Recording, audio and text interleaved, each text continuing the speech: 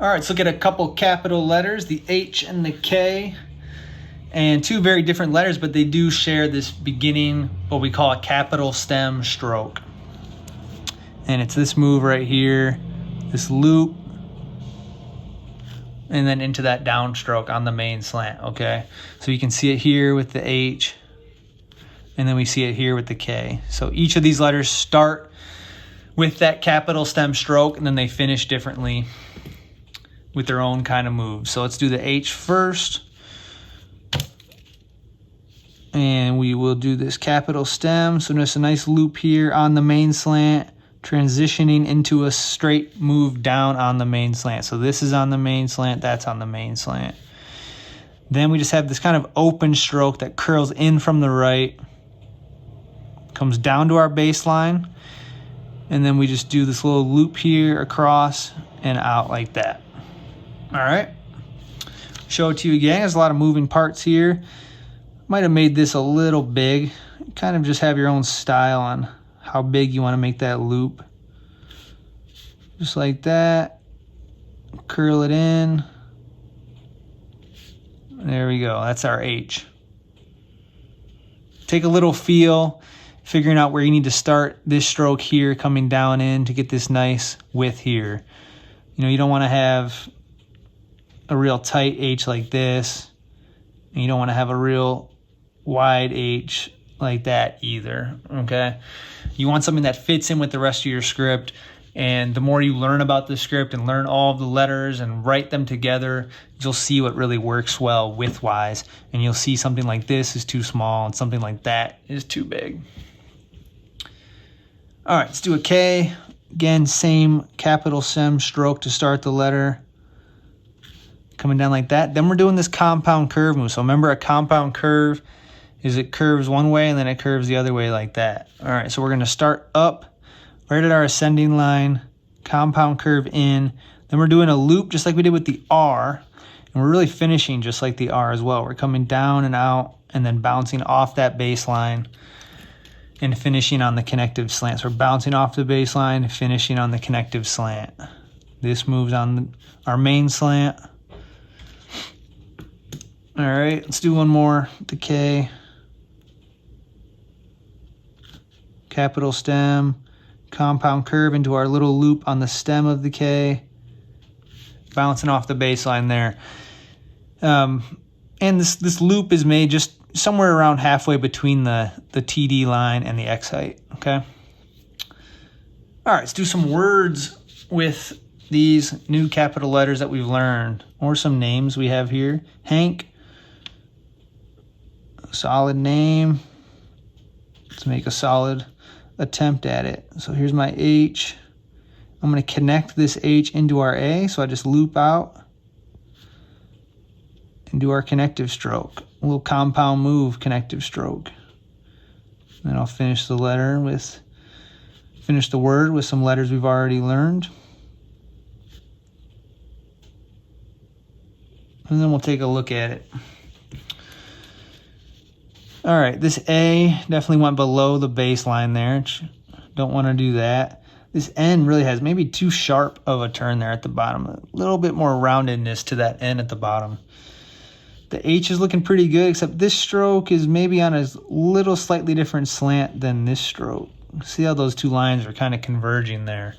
I want to have these be completely parallel, but not terrible.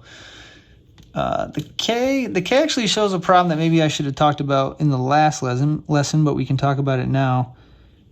This one's actually fine, but I'll exaggerate what I did here.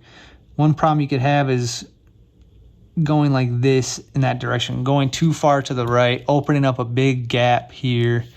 We don't want to do that. We want to keep this tight, maybe just a little tighter than what I did there on that K. The exemplar is looking really good. That's the tight space that I want in that. All right, let's do another letter, Hinman. There was an amazing penman in the early 1900s named Hinman. So this will be a tribute to him. And I'm going to connect again, just out of that H, just an underturn into my I. Just like I'm connecting from the top into that I. And I'll move my page here when I get to this M.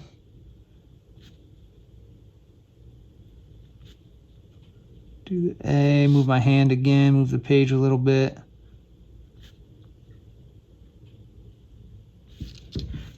And dot my I, of course. Really solid name here to do. You can really check the baseline on your letters. Make sure they're all hitting the baseline. Make sure all these are all X height high letters. If I can draw that in, I see a couple of gaps here, a real small gap there on that N, a small gap here on the M and the N. So look at that. These are the kind of patterns you can notice in yourself. I obviously have a tendency, for whatever reason, to bring this first overturn on my N's and M's a little short of that X height. At least I did when I made this letter. So that's something I can see. And now the next time I make those letters, I can recognize that and correct it. It's all about perceiving the flaws, perceiving the errors. Whenever you perceive an error, then you have the opportunity to fix it. All right, let's go into some capital K's. Karen. Start with our stem, do our compound curve into our loop. And I'm going to connect this K right into our A. And finish the name here. And I said I was going to fix it, but that N was pretty close, but again, I just missed that N just barely. I have another opportunity down here to do it right. All right. Would have maybe liked a little more space between the K and the A. Like in the exemplar, I like that spacing there. This one became a little tight, a little cramped.